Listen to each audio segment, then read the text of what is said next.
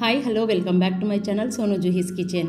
ఇవాల్టి వీడియోలో పచ్చి కొబ్బరితో మృదువైన నోరూరించే కొబ్బరి లడ్డు ఎలా తయారు చేసుకోవాలో ఈ వీడియోలో చూద్దాం.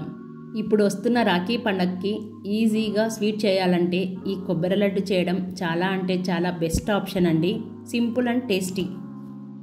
ఒకటి ఫుల్ కొబ్బరికాయను తీసుకొని పైన ఉన్న ఈ బ్రౌన్ పార్ట్ని నిదానంగా చాక్తో తీసేయండి, లేదంటే పీలర్తో తీసేసినా పర్వాలేదు.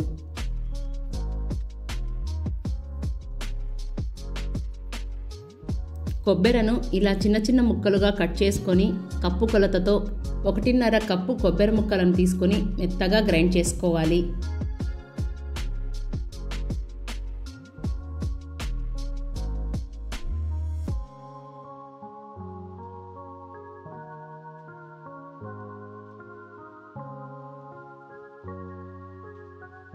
ఇప్పుడు స్టవ్ మీద ప్యాన్ పెట్టుకొని ప్యాన్ వేడయ్యాక 2 to 3 టేబుల్ స్పూన్ మనం ఆల్రెడీ గ్రైండ్ చేసి పెట్టుకున్న కొబ్బరి పొడిని వేసి డ్రై రోస్ట్ చేసుకోవాలి.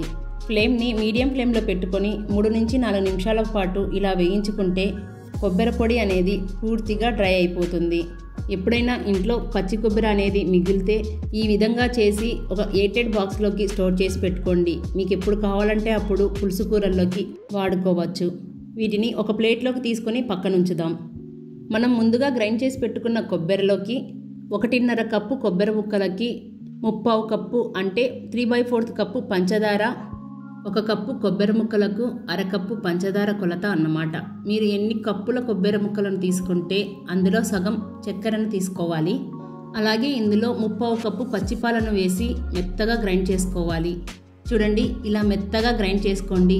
ఇప్పుడు స్టవ్ మీద ప్యాన్ పెట్టుకొని 1 స్పూన్ నెయ్యిని వేసి నెయ్యి వేడయ్యాక మనం గ్రైండ్ చేసి పెట్టుకున్న కొబ్బరిను ప్యాన్లో వేసుకొని ఫ్లేమ్ని హై టు లో ఫ్లేమ్లో పెట్టుకొని ఇలా కలుపుతూ దగ్గర పడేంత వరకు ఉడికించుకోవాలి. మనం తీసుకున్న కొలతతో పంచదార తీసుకున్నారంటే స్వీట్ అనేది కరెక్ట్గా సరిపోతుంది. ఎక్స్ట్రా పంచదార యాడ్ చేయాల్సిన అవసరం లేదండి, పర్ఫెక్ట్ స్వీట్ సరిపోతుంది.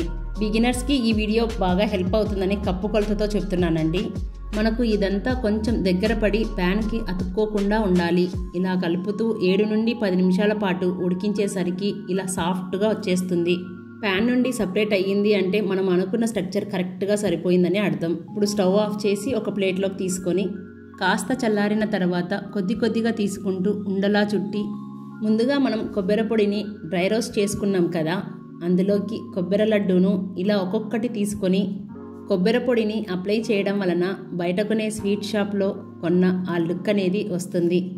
మీరు కూడా ఈ టేస్టీ లడ్డును ఇంట్లో ఒకసారి ట్రై చేసి చూడండి.